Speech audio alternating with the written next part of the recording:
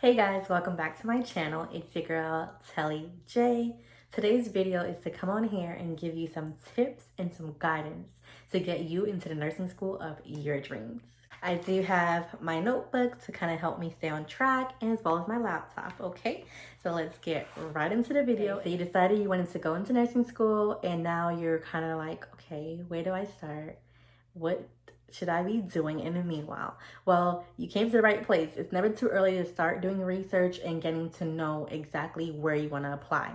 There can be two different types of programs that may be offered to you in your area or online. And those programs may be either ASN program, Associates of Science of Nursing, in nursing, and you can also do a BSN program, the Bachelor's of Science in Nursing. The difference between those two is that an ASN degree is a 2-year program, and that's usually just an associate's degree.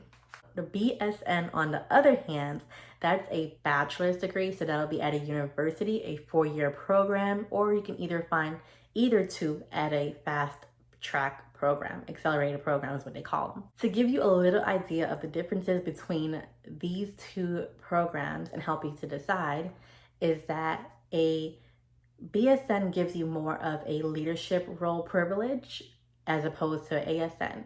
Now, majority of the nurses in the United States are ASN, or called ADN nurses, and that's where they started. Usually ASNs are offered at community college and the BSNs are offered at universities. Maybe you want to save money. An ASN may be a little bit better choice for you, or if you're ready to get it over with and faster, then an ASN will be better for you as well, because a BSN at a university will require you to have a 60 credit degree already. Come into that school with your AA, so you can go that route. That was my original route, and I ended up going back to a community college. So I have my ASN degree, and I'm currently working on my BSN online. Some things to be aware of when you go to research a school.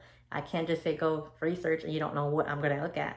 So what you're going to want to look at is the accreditation of the program. Is this program accredited? Are you going to be able to get your license when you're done at this school? Look at that. There's different accreditations, but make sure that it's nationally or regionally or however is important for your local state to be accredited and to allow you to be licensed in that state. Also, you may want to look at the NCLEX passing rate. If you don't know what the NCLEX is your board exam, your nursing board exam. And when you finish the nursing program, you are required to take this exam. This exam will get you your nursing license. You're not licensed until you finish that exam and you successfully pass it. When you finish a program, you're considered a graduate nurse. Until you get that license, then you are an RN. RN, BSN, you will see as well. So you want to look at the accreditation, the NCLEX passing score, and also look and see what prerequisites is required. See what classes they're asking for you to take. Mainly your sciences is so important. So some schools require you to do biology, chemistry, anatomy and physiology is every school, because that's so important to know the human body. And please, please, please focus on that class. Honestly, I think looking back, I think we get through a lot of classes and we're kind of just getting by, but that one is so important. It'll help you in nursing school, okay? Pay attention. Another thing to research is how that school accepts students. So you need to know if there's entrance exams. Examples of entrance exams are either the TEAS exam. The TEAS exam is a test of essential academic skills. That exam is pretty much like a typical SAT, ACT. It's a standardized exam to get you admitted into the program. It consists of writing, reading, math, and science. Or I've heard some schools ask for the HESI exam, and that stands for the Health Education Systems Incorporated exam. See which one your school requires, if any, and make sure you're studying for those exams to give you a head start. It's never too early. I personally did not study for that exam. I just went ahead and took it, and I got what I got. I'll discuss that later on. One last thing that you need to be aware of is if the school is requiring you to do a interview, they may not want a entrance exam, but they may want to interview with you, which will be you come into the school and you do an interview with a panel of people, maybe the clinical instructors, maybe your professors, and they interview you. Why do you want to come to the school? Why should we accept you? What kind of clinical hours do you have for volunteering?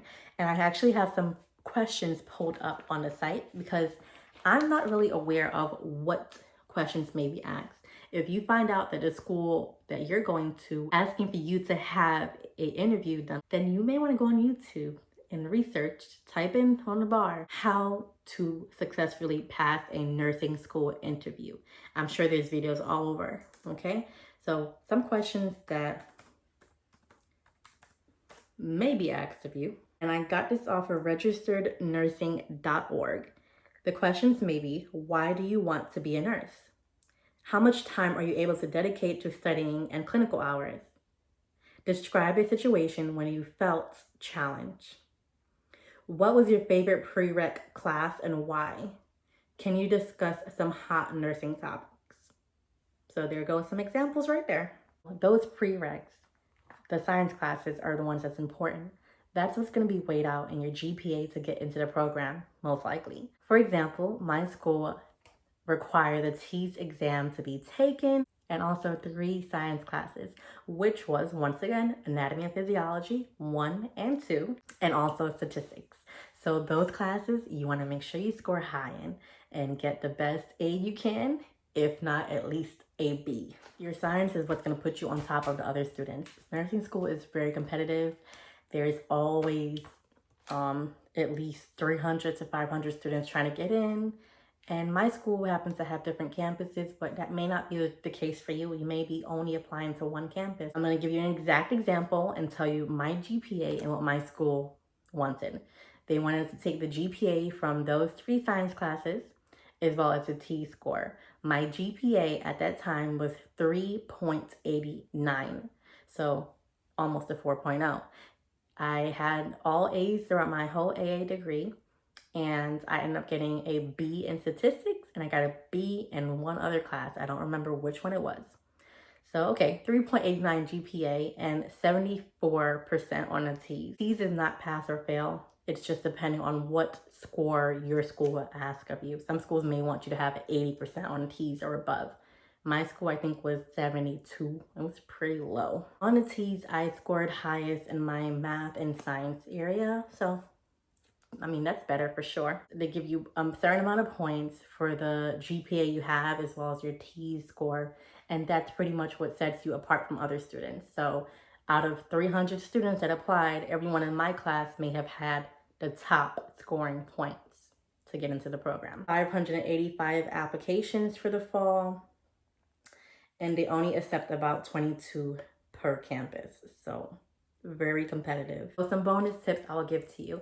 If your school has an interview process and you're going to physically go and meet with them, I would advise you to try to get some recommendation letters from your teachers, from someone, your managers, your teachers from before, your current professors, wherever it may be from. That will kind of set you above other people. Another tip is make sure you are researching each school. And if you're applying to 3 schools or 4 schools and they're all requiring different things, make sure you have each class that every school is requiring, as well as each entrance exam taken already and the interview ready to go. So, a little side note, for me, I applied to 2 schools. One was the university and I got denied. I applied the day before. Their T score was a little bit higher than the community college that I went to.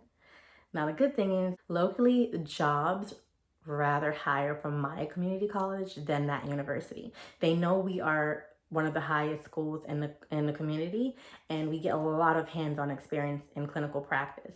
Here is a bummer that happened to me. I went to go apply to the University of South Florida. The day before I was going to submit my application, I said, hey, let me go look one more time and make sure I have everything I need. And guys, I was missing statistics, which was needed for like every school. I don't know how I missed that, but I wasn't able to apply. So that's the reason why I went to community college. I had already had my AA, 60 credits, and was ready to go. Lastly, One thing that's definitely required is determination and self-discipline, because most programs you're going to have to pick up a lot of the load for yourself. That is my tips. If you have anything that you may be able to help other people, leave it down below in the comment section. Don't forget to like, comment, and subscribe. And please let me know if you want to see any additional nursing videos. I'm going to start uploading very frequently nursing topics and try to help you as much as I can. You are going to be your own teacher. So be prepared, guys. Enjoy this time you have outside of nursing school and be prepared to start strong and finish strong. Good luck with your journey. Thank you so much for watching.